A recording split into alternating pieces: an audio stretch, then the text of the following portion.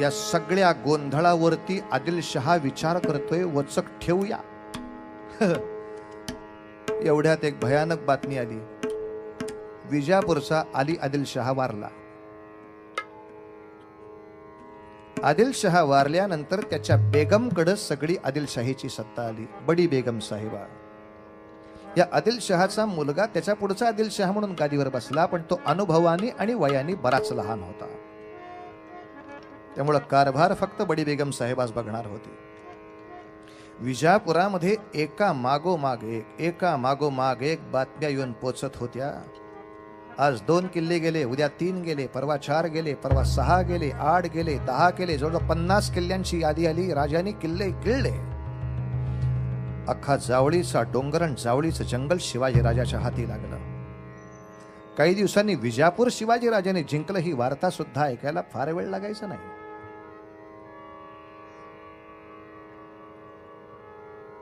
बडी बेगम साहेबांनी दरबारामध्ये पैजाचा विडा उचलला. मुद्दाम चांदीच्या तपकामध्ये विडा ठेवला आणि दरबारासमोर प्रश्न टाकला होता. है कोई शेर का बच्चा जो शिवा को आपके मुट्ठी में पैदा करे? शिवाजी राजाचा तूर्तचा पराक्रम पाहून आणि दिलेल्या माराने पळालेले असल्यामुळे कोणाला धाडस होईना वर बघण्याचं. कोई मर्द नहीं हमारे दरबार में, कोई मर्द नहीं हमारे दरबार में. हे मात्र थोडं जिव्हारी बोचणार वाक्य बडी बेगम साहेबा उच्चारती झाली. आणि तशी खरी इच्छा नसताना सुद्धा तो अपमान सहन न झाल्याने अफजल खान उठला. अफजल खान मागणं पुढे येतोय हे सुद्धा सगळ्यांना त्याच्या नुसत्या जाजमाच्या हालचालीवरनं कळलं. एवढ्या धिप्पाड देहाचा खान, ज्याने आतापर्यंत कर्नाटकचे अनेक राजे थोडीला मिळवलेले होते, अनेक किल्ले स्वतःच्या थडकेनं क्षणात आदिलशहाच्या पायाशी आणून उभे केले होते, असा अफजल खान येऊन उभा राहिला. तबकातला विडा उचलून सांगतो, बडी बेगम साहेबा चिंता मत करो. अरे ये तो पहाड़ का चूहा है, अबे ये तो पहाड़ का चूहा है, उसे यूं पकड़ के लाऊंगा. बडी बेगम साहेबा इतकी भोळी नव्हती. बडी बेगम साहेबांनी फार खोचक शब्द उच्चारले. अफजल खान, शिवाजी पहाड़ का चूहा है, तो चूहे के पकड़ने के लिए कितनी फौज चाहिए? प्रश्न फार वाईट आहे. चूहे को पकड़ने के लिए कितने फौज चाहिए? ऐसे कोई 20,000 22,000. ओहो, चूहे के लिए? शिवाजी राजांची सगळी मिळून फौज सुद्धा आत्ता 12,000च्या वर नाही. त्याच्या जीवावर तो 50 किल्ले आणि स्वराज्याचा मुलूक सांभाळतोय. आणि शिवाजी राजाला उंदीर म्हणणारा एवढा धिप्पाड देहाचा माणूस स्वतः सांगतो 22,000 फौजेची गरज आहे.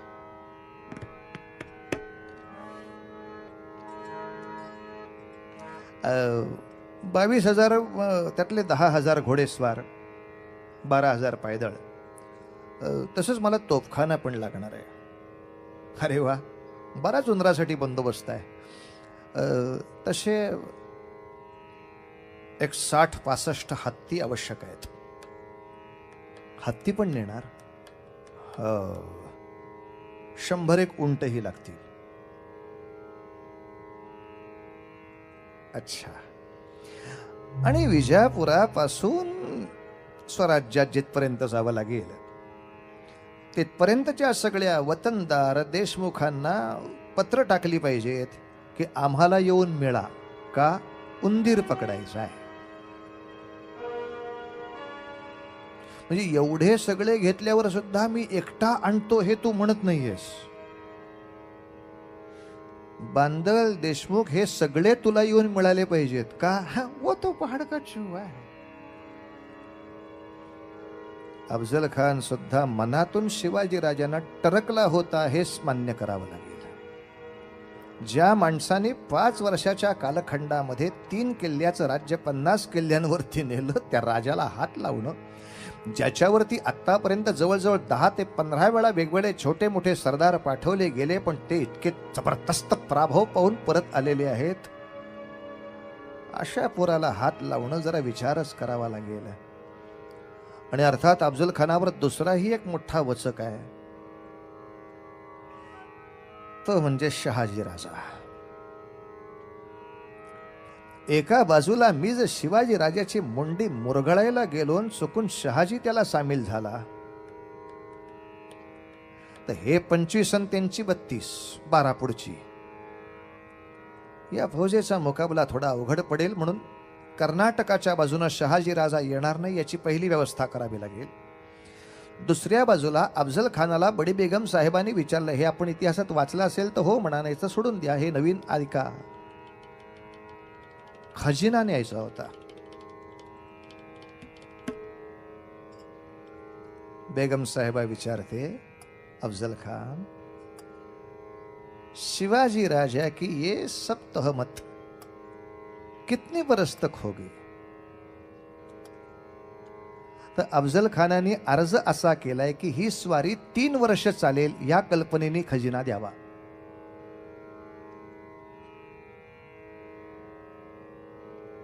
काय खानाला खात्री आहे शिवाजी राजा पकडला जाईल याची.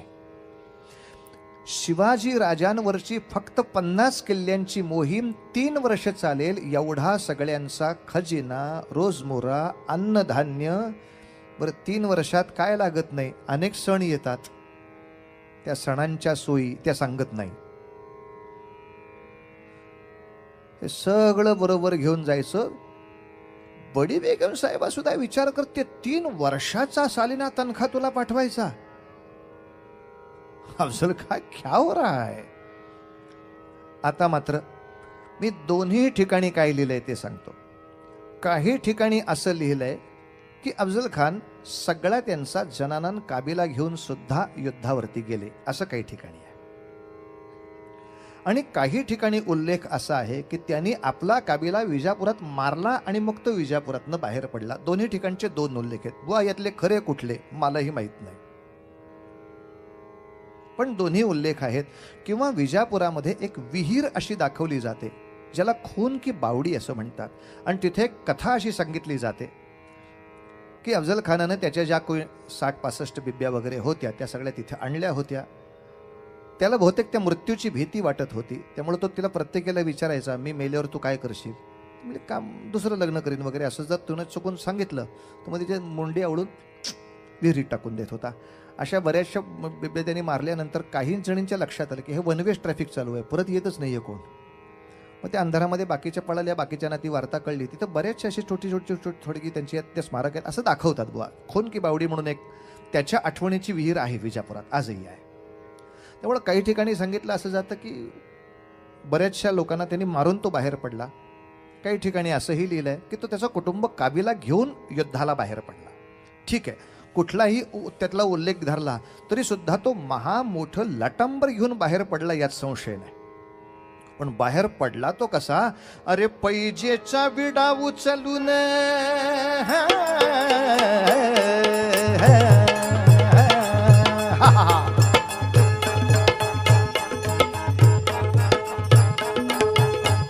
पैजेचा विडा उचलून मोठ्या तोऱ्यानं अफजल खान निघाला विजापुराहून, निघाला विजापुराहून.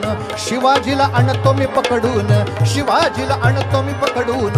मध्यम पकडायचा. शिवाजीला आणतो मी पकडून, शिवाजीला आणतो मी पकडून. बरळला खान खुशारीन हजीजी, बरळला खान खुशारीन, हे परळला खान खुशारीन हजी. अरे शिवाजी तो उंदीर डोंगराचा, शिवाजी तो उंदीर डोंगराचा.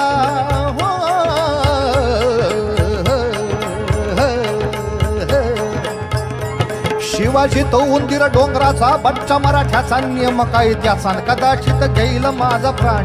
कदाचित घेईल माझा प्राण. संगे 20,000 सैन्य घेऊन, संगे 20,000 सैन्य घेऊन निघाला मोठ्या तयारीने. हजी निघाला मोठ्या तयारीने, हे निघाला मोठ्या तयारीने. जी जी विजापुरातून स्वारी बाहेर आली. मात्र अफजल खानाला सुद्धा एक आध्यात्मिक गुरु होते, उत्तम प्रशासक होता अफजल खान. त्या आध्यात्मिक गुरूंच्या बद्दल असं सांगितलं जातं की तो गुरूंना भेटायला गेला तेव्हा त्याच्या गुरूंनी पटकन सांगितलं, तेरा सर दिखाई नहीं दे रहा. आता ह्याच्या पुढे तुझं डोकं शिल्लक राहील असं मला दिसत नाही. तेरा सर दिखाई नहीं दे रहा. पहिला अपशकून दुसऱ्या कोसावरच त्याला झाला. फतेह लष्कर नावाचा त्याच्या सैन्यातला आघाडीचा हत्ती होता, तोच मेला. काही काही गोष्टी छातीत सरकवणाऱ्या झाल्या. आता ह्याला अपशकून म्हणायचं का नाही आणि त्याने आपल्या स्वतःला धसका करून घ्यायचा का नाही, हा चिंतनाचा आणि चर्चेचा विषय आहे, तो आपण नंतर करूया. तूर्त झाला आणि त्याला धसका बसला, एवढी घटना आहे, तेवढी बघून पुढे जाऊया. सगळ्या सैन्याचा विचार एकच चाललाय. खान साहेब, विजापुराकडून सरळ रस्ता आहे कोल्हापूर, तेथून सरळ रस्ता कराड, नॅशनल हायवे क्रमांक या पद्धतीने सरळ सातारा, साताऱ्यापासून सरळ रस्ता वाई, तिथून सरळ महाबळेश्वर, शिवाजीराजांनी जिंकलेली जावळी. इतका सरळ रस्ता आहे, नॅशनल हायवे आहे, छान चौपदरीकरण झालेलं आहे. कुठल्याही एसी गाडीला त्रास होणार नाही, इतकं छान आहे सगळं. निघायचं महाबळेश्वर वाईकडे. अफजल खानाने रस्ताच वेगळा सांगितला. सोलापूर रस्त्याला लागून पहिलं तुळजापूर गाठायचं. क्यों? आपल्याला फक्त शिवाजी राजांची माणसं नाही मारायची, श्रद्धा मारायची आहे. आजपर्यंत आपण आपलं ब्रीद असं उभं केलंय की मी मूर्ती भंजक आहे, बट शिकन. त्यामुळे ही जगदंबेची मूर्ती, ही तुळजापुरातली तुळजा भवानी शिवाजी राजाला फार शक्ती देते म्हणून महाराष्ट्रामध्ये बोलवा आहे. तो लोकांच्या मनातला विश्वास पाहिला चक्काचूर करून टाकायचा आहे की मी जिचा चुरा करताना ती स्वतःला वाचवू शकत नाही, ती शिवाजी राजाला काय वाचवणार आहे. कशाच्या जीवावर तुम्ही अजिंक्य समजता स्वतःला. मला धक्का द्यायचा आहे तो फक्त राज्याला नाही, श्रद्धेला धक्का, श्रद्धास्थानाला धक्का. हाच तर फरक होता यावनी आक्रमणामधला आणि स्वराज्याच्या आक्रमणामधला. स्वराज्याच्या आक्रमणात दुसऱ्या कोणाच्याही धर्मश्रद्धेला कधी धक्का लागत नव्हता आणि इथे दुसऱ्यांच्या धर्मश्रद्धेबद्दल असहिष्णु असणं हाच मूळ मुद्दा होता. पण खान वेगळी वाट करून तुळजापूरच्या रस्त्याने गेला. तो तुळजापुराला पोचायच्या आत ती बातमी राजगडापर्यंत येऊन पोचलेली आहे. राजगडापर्यंत येऊन पोचली. कशा माध्यमातून? जो मात निघाला खान सरदार विजापूरवाला है. जो मात निघाला खान सरदार विजापूरवाला. जो मात निघाला खान सरदार विजापूरवाला. शिवनेरीच्या शिवसिंहा हो सावध झुंजायाला. शिवनेरीच्या शिवसिंहा हो सावध झुंजायाला. भिडवतो मराठी भाला नाचत्या चंद्रकोरीला. या वार्ता पोचविणारे हो, या वार्ता, या वार्ता पोचविणारे हो, या वार्ता पोचविणारे. भगव्या वेशे फिरणारे मंत्रचे मठाचे प्यारे. ते घोकत होते मंत्र जय जय रघुवीर समर्थ. ते घोषत होते मंत्र जय जय रघुवीर समर्थ. वासुदेव गोसावी यांच्या दप्तरात हे एक पत्र आपल्या इतिहासामध्ये सामील आहे. कारण समर्थांची योजना इतकी सुंदर होती की एका माणसाला सगळं करावंच लागत नसे. विजापुराच्या आसपास ज्याचा मठ आहे त्याने ती बातमी फक्त कागलपर्यंत येऊन सांगायची आणि घरी निघून जायचे. कागलच्या माणसांनी उठून कन्नडपर्यंत सांगायची, परत निघून यायचे. कन्नडच्या माणसांनी कोल्हापूरला सांगायचे मागं निघून यायचे, कोल्हापूरच्या माणसांनी कराडपर्यंत जाऊन सांगायचे मागं निघून यायचे, कराडच्या माणसांनी साताऱ्यात जायचे मागं निघून यायचे. प्रत्येकाच्या कामाची अशी पटपटपट विभागणी झाल्यामुळे दुसऱ्या दिवसाचा सूर्य उजाडण्यापूर्वी राजगडावर बातमी, राजे 22,000 फौज घेऊन अफजल खान निघाला. Horror music. शाबास, डेंजर. खानाचं बळ असं विचित्र आहे की खान 3 बाजूनी स्वारी करतो आहे. राजा जर चुकून माकून पळून कोकणाचा आश्रय घेता झाला तर आरमाराच्या दिशेनं सागरी भागात सुद्धा तुझ्याशी लढता यावं यासाठी राजापूरच्या शेजारी जैतापूरच्या बंदरामध्ये अफजल खानानं जहाज पाठवले सोन्याची भरलेली पिंप घेऊन. ज्या योगे तो सोन्याच्या पिंपातलं सोनं मोठी मोठीनं तिथे वाटणार आहे आणि तुझा रस्ता बंद करणार आहे. राजापूर जैतापूर. राजापूरचा इंग्रज खानाच्या स्वारीत बहुतेक शिवाजी मरतोच या कल्पनेनं फार टाळकं वर करू लागला आहे. हेनरीचे हातपाय कोकणात जास्त पसरायला लागलेत राजापुरामध्ये. आणि एका बाजूनं तो गडांची संख्या मारण्यासाठी सुद्धा वेगळी वाट करून येतोय.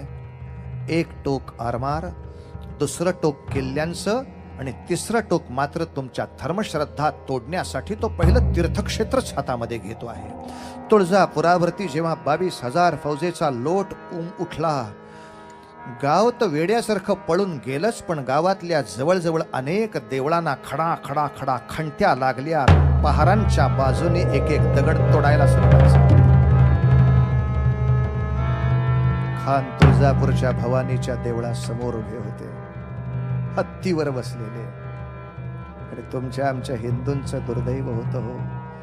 खानाच्या 22,000 फौजेमध्ये जवळजवळ 10,000 हिंदूच सैन्य होतं.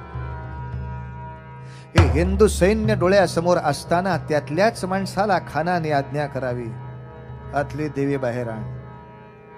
आमच्या माणसाने देवीची गंडकी शिळेची मूर्ती उपटून बाहेर आणावी, खानाला हत्तीवर द्यावी.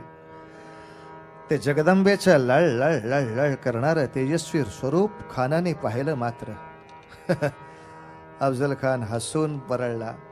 अरे हिंदू की देवता इतनी तेज है तो हिंदू क्यों भेड़ बकरी जैसे जीते हैं? अरे देवता इतनी तेज है, वो क्यों बकरी जैसे मरते हैं? इतनी तेज देवता तो हम नहीं रहने देंगे, हम नहीं रहने देंगे. थाड दिशी जो वर्ण दणका बसला, मूर्ती खाली पडली, ठिकऱ्या मूर्तीच्या झाल्या. जाती घेऊन माणसं बोलवली, मूर्तीची तुकडे भरडले गेले, रांगोळी झाली. रांगोळीची माती संपूर्ण देवळाच्या समोर फुल्यांच्या सारखी उभी केली आणि त्याच्यावर हत्ती नाचवून अफजल खान बोलला, मैंने परमात्मा की मिट्टी बनाई है कोई मई का लाल जो मिट्टी से परमात्मा फिर से पैदा करके दिखाए. मैंने परमात्मा की मिट्टी बनाई है. पुन्हा एकदा जगाच्या इतिहासात स्पष्ट झालं, ज्या देवस्थानाच्या भक्तांची मनगट जागृत असतात तीच देवस्थानं जागृत असतात. बाकी फक्त जागृत देवस्थाना शेजारी राहिल्यामुळं मृत्यू नाही येत हो. अशा सगळ्या मूर्ख संकल्पना थोडीला मिळाल्या आणि नुसती भक्ती असल्यामुळे आपण वाचतो ही स्पष्टपणे असलेली कल्पना मातीला मिसळवून. भक्त जर युद्धाला तयारीचा असेल तरच तो वाचतो, अन्यथा देवासमोरही तो कापलाच जातो. हे सत्य जगासमोर खानाने पुन्हा एकदा प्रगट केलं. बरं, तुळजापूर फोडून पठ्ठ्या नाही थांबला. आता म्हणले पंढरपुरावर धडक मारायची. पंढरपुरामध्ये अर्थात तो मूर्तीपर्यंत फारसा पोचू शकला नाही, पण तरी सुद्धा देवळाच्या आसपासच्या प्रांताचा विध्वंस करत पुढे खान सुटला. त्याला सातत्याने दाखवून द्यायचं होतं. म्हणजे पांडुरंग शिवाजीराजाला मदत करतो. बेवकूफ केवला. म्हणजे तुळजापूरची भवानी शिवाजीराजाला मदत करते. पागल केवला. अरे पंढरपूरला धडक दिली तो पांडुरंग माझं काही करू शकला नाही. तुळजापूरला धडक दिली ती तुळजा भवानी माझं काही करू शकली नाही. ती काय करणार आहे शिवाजी राजाला मदत? अरे तुळजापूरला धडक मारली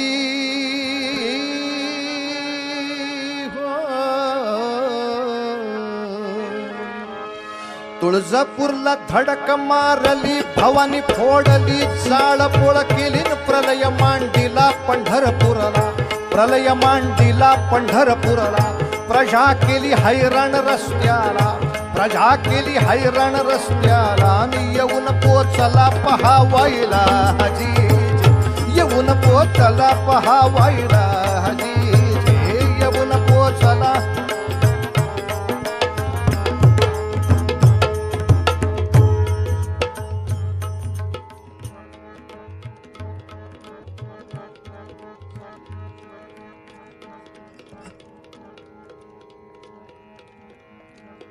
राजगडावरती शिवाजी राजांच्या बरोबरचे सारे मावळे बसले आहेत.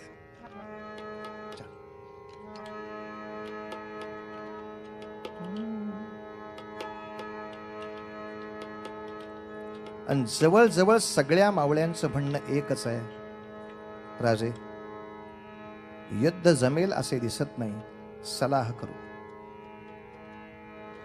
खानाचा येणारा पाणलोट इतका प्रचंड आहे की हा सांभाळणं खरंच आपल्याला अवघड आहे राजे.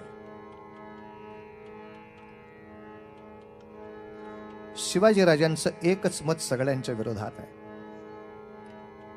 राजांनी मांडलेला प्रस्ताव सरळ आहे की अफजल खान कुठल्याही छोट्या मोठ्या तहाला आता मान्यता देणारच नाही. एक तर सगळे जिंकलेले किल्ले परत करून गुडघे खाली ठेकून बादशाही सेवेला जावंच लागेल. मग हे सारं करून तह करून जगण्यापेक्षा जेवढे शक्य असेल तेवढे लष्कर लढवून 2 हात करू. शिवाजी राजांनी पहिल्या बैठकीत सुद्धा हा मुद्दा मांडला. जय मिळो न मिळो, युद्धामध्ये प्राण जरी गेला तरी किमान कीर्ती तरी राहील. आता विजयी होण्याची कोणालाच खात्री नाहीये, पण तरी सुद्धा सलाह करणे नाही. खानाशी 2 हात करायचेच आहेत. राजे कोणत्या रणक्षेत्रावर करावे? जावळी रणक्षेत्रावर. राजगड सोडून राजांची स्वारी आपल्या सेनापतींना आणि सैन्याला घेऊन जावळीच्या खोऱ्यामध्ये आली. भोरप्याचा डोंगर म्हणजे प्रतापगड भेटीसाठी निवडला. कारण एकच होतं, अफजल खानाची प्रचंड सेना या जाळीमध्ये किंवा जंगलात आली तर या जंगलातल्या वाटा आणि रस्ते कुणालाही माहीत नाहीत. एकदा ती आतल्या डोंगरांमध्ये आली की पुन्हा हे डोंगर चढून जाऊन पलीकडे जावे हे मार्गही कोणाला कळणार नाही. त्या झाडीमध्ये कोणालाही मदत कुठलीही मिळू शकत नाही. झाडीची माहिती असणारा माझा एक माणूस किमान 50 लोकांना या झाडीमध्ये भारीचा होऊ शकतो. जावळीमध्ये युद्ध करावे. आणि राजगडावरून निघताना एक मनाला वेदना अशी होती की शिवरायांचा थोरला मुलगा शंभूराजा 2 वर्ष वयाचं लेकरू होतं आणि त्याची आई सईबाई इतकी अत्यवस्था आजारी होती की आज जाते का उद्या जाते अशा अवस्थेत. तिचा निरोप घेऊन निघणं मोठं अवघड, पण तरी जड मनाने सईचा निरोप घेतला. सई, प्रतापगडीच युद्ध करावे लागते, लवकर बरी हो. आम्ही विजयी होऊन आलो तर ओवाळायला तू हवी आहेस. सईने सांगितलं, वेडी आशा लावू नका, हळू हळू, वेडी आशा लावू नका. माझ्या डोळ्या देखत माझं मूल आणि माझ्या नवऱ्याचं यश मोठं होतं हे पाहिल्यावर कोणाला बरं नाही वाटणार. राजे म्हणतात, तुझं मूल तर अजून 2 वर्षाचं आहे. याच्याबद्दल नाही म्हणत राजे मी. अहो, तुम्ही निर्माण केलेलं हे स्वराज्य हे आपलं मूलच नाही का? ते एवढ्या बाळसं धरून इतकं मोठं वाढतंय म्हटल्यावर कोणाला आनंद नाही वाटणार. राजे, काळजी वाटते ती फक्त शंभूराजाची. शंभूकडे लक्ष द्याल ना. एकच भावना घेऊन त्याच्याशी वागा की आज ना उद्या तुमच्या जीवनात काही दुःख आलं तर तुम्हाला तोंड लपवायला आई आहे. यापुढे त्याला आई असणार नाही. आई विना लेकरू आहे एवढं लक्षात ठेवून त्या पोराशी वागा. कितीही मनामध्ये असलं तरी सुद्धा नव्हतं राजगडावर थांबतायत. राजे निघाले. सईबाईंचा निरोप घेणं अवघड. शंभूराजांचा निरोप घेणं अवघड, तितकंच जिजाऊ मासाहेबांचा घेणं अवघड. आईचं हृदय काय म्हणत असेल अशा वेळी. पण जिजाऊ आईसाहेबांना वंदन केलं तेव्हा जिजाऊ आईसाहेब एकच सांगतात, शिवबा, खान दगाबाज आहे, सावधगिरीने खानास भेटावे आणि जर शक्य झाले तर देवी भवानीच्या आणि पांडुरंगाच्या अपमानाचे उसने फेडूनच या ठिकाणी परत यावे. आई सांगणारे मुलाला देवाचा अपमान नाही सहन करायचा, तीर्थक्षेत्राचा अपमान असा नाही सहन करायचा. खान म्हणालाय ना, देवी कुठे गेली पांडुरंग कुठे गेला. आपल्या पराक्रमातनं तो दिसला पाहिजे की तो पांडुरंग आमच्या प्रत्येकाच्या तलवारीमध्ये येऊन उभा राहिलाय. ती देवी आमच्या प्रत्येकाच्या अंगातली स्फूर्ती म्हणून येऊन चाळायला उभी राहिली आहे. मात्र राजे, अविवेक नको, एक महत्वाचे काम करा. या युद्धी प्राणनाश झाला तर पुढे काय करायचे याची योजना करून मग चला. राजांचं मृत्यूपत्र करून घेताना काय आईच्या मनाची धारणा हवी.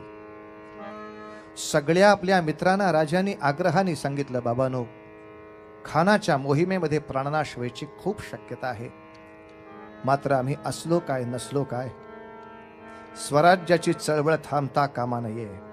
हिंदूंना व्यक्तिनिष्ठतेचा जो शाप लागलाय तो मला पुन्हा ऐकायला येता कामा नये. माणूस संपला की काम संपलं आणि तत्व संपलं. सगळ्या गवताचे भारे गवतासारखे इकडं तिकडं फाकले गेले. हा मूर्खपणा मला दिसता कामा नये. आपण व्यक्तीसाठी लढत नाही, आपण माणसासाठी लढत नाही, आपण तत्वासाठी लढतो हे मला सिद्ध व्हायला हवे. याच्या पुढे शंभूराजे 2 वर्षाचे असले तरी त्यांना सिंहासनावर बसवले जाईल. संपूर्ण राजकारभार जिजामाता पाहतील. त्यांच्या हाताखाली तुम्ही याच निष्ठेनं वर्तायचे आहे, माझी वाट पाहायची नाही. हे सांगून शिवाजी राजे बाहेर येतात. तो ऐकून ठेवा, समोर कान्होजी जेधे नावाचे 60 वर्षाचे भीष्माचार्य येऊन उभे. राजा, काही एकटा निघालास काय? जेवढी फौज आहे घेऊन तेवढं निघायला हवं. राजा एक गंमत सांगतो, पत्रू बघ. अफजल खानाचं पत्र असं सगळ्यात जवळ सरदारांना आलं होतं. कान्होजी जेध्यांच्याकडे आलेलं पत्र. कान्होजी, आपण जुने जाणते वयस्कर आहात. शिवाजी राजा नाही तरी या युद्धात चारी मुंड्या चिथून संपणारच आहे. त्याला सहाय्य करण्याऐवजी आदिलशाही सेनेला सहाय्य करून आपले जीवन कृतार्थ करून घ्यावे. अन्यथा पुढच्या होणाऱ्या भयानक परिणामास तयार राहावे. लोकांचा दम देतोय.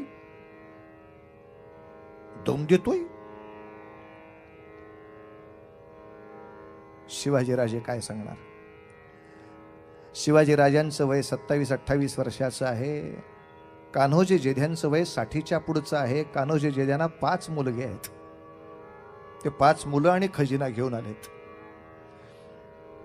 कान्होजी, तुम्ही ठरवा काय करायचं ते. माझी बोट, माझं जहाज बुडणार अशी बहुतांशी भारतातल्या सगळ्यांना खात्री आहे. बुडणाऱ्या जहाजामध्ये आपणहून आपलं बोचकं कोण आणून ठेवेल? तुमच्याच शेजारी उतरावळी नावाच्या जहागिरीवर असणारे खंडेराव खोपडे कुठे आहेत आत्ता? ते केव्हाच गेलेत अफजल खानाच्या सैन्यात. कान्होजी जेधे म्हणले, एक खंड्या मी याला म्हणजे काय सगळे गेले नाहीत.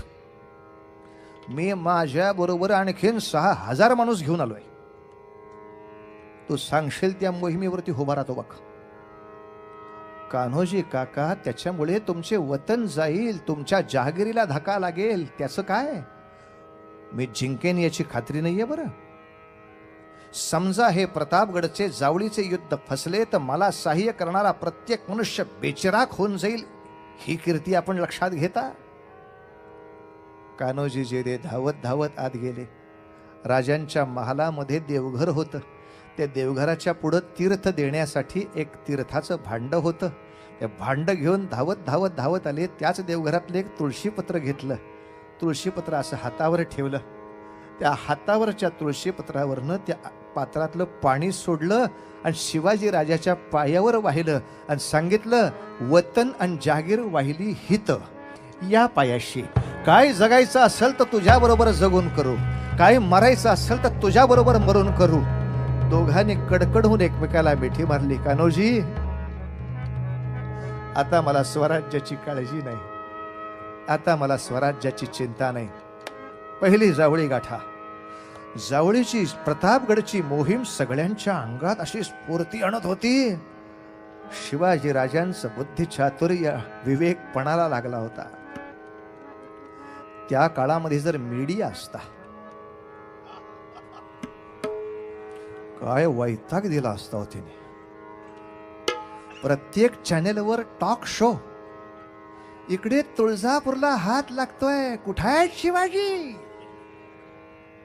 कुठाय त्यांना काळजी. नुसती नावं घ्यायची, हिंदवी स्वराज्य, भगवी गंध लावायची, भगवे जिरेटोप घालायचे. कुठाय इकडे पंढरपुरावरती हल्ला होतोय, पंढरपुरावरती एक सैनिक येत नाही शिवाजी राजांचा, कुठाय काळजी. मग 50 माईक घेऊन प्रतापगडला माणसं. याच्यावर तुमचं काय मत आहे? तुला कानफडीत मारावी असं माझं मत आहे. बाहेर पाहिला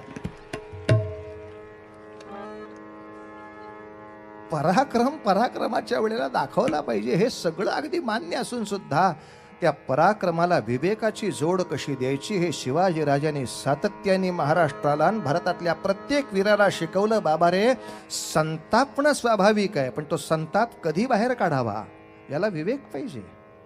आता मला सहन होत नाही असं वेडेपणा करून आत्महत्या करायला जायचं नाही कुठेही. सहन करण्याची ही ताकद तितकीच पाहिजे. कोणीही अचानक आत्महत्येसाठी अंगावर जायचं नाही. शिवाजी राजांच्याकडून आपण एवढं शिकलो तरी खूप आहे. राज्य राहू दे बाजूला, घरामध्ये सुद्धा आपण एकमेकांवर खूप रागवतो. पण राग केव्हा व्यक्त करावा, कोणासमोर व्यक्त करावा, एवढा शिवरायाचा विवेक घरात सांभाळला तरी बरं होईल. नाही तर आम्हालाच पहिली काळजी असते. घरात गेलो की आम्ही पहिल्यांदा पाणी मागतो, म्हणजे तांब्या भांड्यावरनं कळतं किती पोचे पडलेत. मग आता ह्याच्या पुढे चहा मागायचा का नाही हे त्या तांब्याकडे बघून ठरवायचं. कब्बशी तुझ्याच टाळक्यात फुटायची शक्यता जास्त. नवऱ्याबद्दल सांगताना बायकोने सांगायचं गॉन केस आहे आमचा नवरा. म्हणजे हिच्याबद्दल सांगताना त्यांनी सांगायचं घड्याळामध्ये 2 माणसांची किटकिट सारखी चालू असते, घड्याळाची टिक टिक आणि हिची किट किट. अरे हो मेल्यानो, तुमचं दोघांचा संसार आहे, काही शिव्या घालण्यासाठी आहे का? राग येणं, मतभेद होणं हे कितीही स्वाभाविक असलं तरी सुद्धा ते कधी व्यक्त करायचं, किती संयमाने व्यक्त करायचं ह्याचं गणित सांभाळावं लागतं. 1857च्या युद्धाची पराभवाची कारणं बघताना आपल्याला हे कारण पहिलं दिसेल. जेव्हा पराक्रम करायचा ठरला तिथपर्यंत धीर धरता आला नाही. आधीच युद्ध सुरू झालं, त्यांनी शत्रू सजग झाला आणि विजयाचं पारडं फिरलं. हे 57च्या युद्धातलंही आपल्याला गणित माहिती आहे ना हो. राजांचं विवेकाचं धोरण आम्ही ठेवलं नाही. तुळजापूरची भवानी फोडली म्हटलं संताप आलेला आहे. आत्ता संताप व्यक्त करायची वेळ नाही. आणि समर्थांचं पत्र तर असं स्पष्ट आहे, कोड लँग्वेज आहे त्यात. कोड लँग्वेज म्हणजे काय? प्रत्येक ओळीचं पहिलं अक्षर घ्यायचं म्हणजे निरोप समजणार आहे. बाकीची अक्षर त्याला अर्थ आहेच पण तो आध्यात्मिक आहे. जो निरोप पाठवलाय तो व्यावहारिक आहे. विवेके करावे कार्य साधन, त्यातला फक्त घ्यायचा वि. जाणार नर्तनो हे जाणून जा, पुढील भविष्यार्थी मन पू रहा टोचने दी. शब्द फक्त घ्यायचा विजापूर. चालून ये असन मार्गी चा, सत्यता बाणल्या अंगी स. रघुवीर कृपा ते प्रसंगी र, दास महात्म्य वाढवी दा. रजनीनाथ आणि दिनकर र, विजापूरचा सरदार. नित्य नेमे करीती संचारनी, घालिताती येर झार घा. लाविले भ्रमण जगदीशेला, आदिमाया मूळ भवानी आ हेची जाणावी स्वामिनी हे विजापूरचा सरदार निघाला आहे. निरोप पूर्ण झालाय. मग आता एक प्रार्थना विनंती. मग काय करावे? एकांती विवंचना करोनी इष्ट योजना करावी.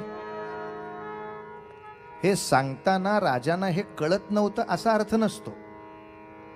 आपल्या मुलांना परीक्षेमध्ये कसं नीट वागायचं हे सगळं माहीत असतानाही आई बाबा का सांगतात? त्या काळजीपोटी हे सांगितलं जातं. ह्यात कोणाचं अज्ञान सांगायचं नसतं. मुळात त्याला एकांतात गाठून संपवायचं हे डोक्यात असल्यामुळेच तर ते प्रतापगडाकडे हल्ले. पण इथे विवंचना शब्दाचा अर्थ नीट समजला पाहिजे. विवंचना या शब्दाचा आम्हाला माहीत असलेला अर्थ फक्त चिंता आहे. तिथे वी अक्षरानंतर थोडी जागा सोडली आहे. कोड लँग्वेज कळण्यातच गंमत आहे.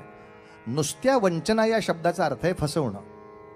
आणि आता या विवंचना शब्दाचा अर्थ फर्स्ट क्लास फसवणं, एक क्लास फसवणं, A1 क्लास फसवणं. आजपर्यंत बादशहानी अनेक वेळेला हिंदू राजांना असंच विश्वासघाताने मारलंय. अल्लाउद्दीन खिलजीनं पद्मिनीच्या नवऱ्याला बोलवलं आता स्वतःच्या शिबिरामध्ये निशस्त्र होऊन ये. त्याच्या आधी पद्मिनीच्या नवऱ्यानं अल्लाउद्दीनाला बोलवलं होतं तू निशस्त्र होऊन ये. तेव्हा अल्लाउद्दीन निशस्त्र होऊन गेले होते.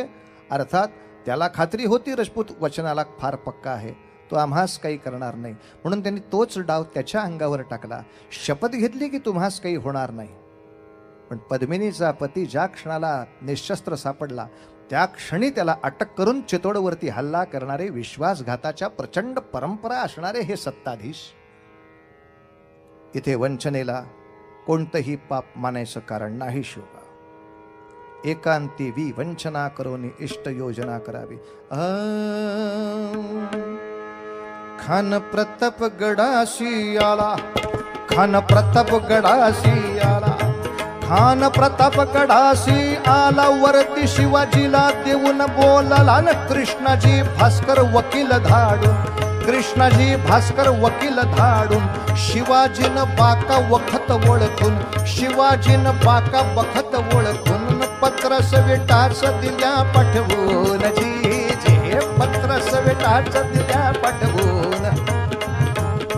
कृष्णाजी भास्कर प्रतापगडी पोचला, कृष्णाजी भास्कर प्रतापगडी पोचला. कृष्णाजी भास्कर काय प्रतापगडावर धामधूम. अफजल खानाचा वकील येतोय, अफजल खानाचा वकील येतोय. कृष्णाजी भास्कराचं स्वागत झालं. त्याला पहिला नेला तो देवीच्या देवळातच नेला प्रतापगडच्या. आणि देवी समोर कृष्णाजी भास्कराला विचारलंय, कृष्णाजी या भूमीवरचे तुम्हा म्हणती भूसुर, या भूमीवरचे तुम्हा म्हणती भूसुर. आम्ही नित्य ठेवाव मस्तक चरणावर. सांगा बेत तुम्ही खानाचा व्हावे रणशूर, सांगा बेत तुम्ही खानाचा व्हावे रणशूर. कृष्णाजी भास्कर तुला देवीच्या समोर उभा केलाय. देवीची शपथ घेऊन सांग खानाचा हेतू काय. कसं सांगणार? मी वकील आहे. मी खरं सांगू नये, खोटं बोलू नये. खरं सांगू नये, खोटं बोलू नये म्हणजे हा आता काय करणार? हे पत्र घ्या, हे वाचा. अफजल खानाची आपल्याला हुकमावली अशी आहे की घेतलेले सगळे किल्ले तुम्ही त्याला परत केले पाहिजेत. आदिलशहा समोर गुडघे टेकून शरणागती पत्करली पाहिजे. ह्याच्या बदल्यात हे सगळे किल्ले आणि अधिक कोकणची जहागिरी सुद्धा आदिलशहाकडून तुम्हाला मी देववितो असं आमिषही तो दाखवतोय. वाचलं आम्ही पत्रात. पण आम्हाला भेटून आमचे किल्ले ताब्यात घेऊन आम्हाला आदिलशहा पुढे न्यावे आणि त्याच्या पुढे आम्हाला जागीरदार करावे. पत्र झाले ही त्याची मनीषा आहे काय?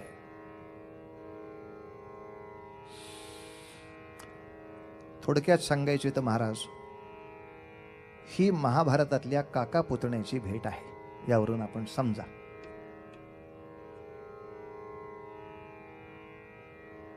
आणि राजांना समजलं.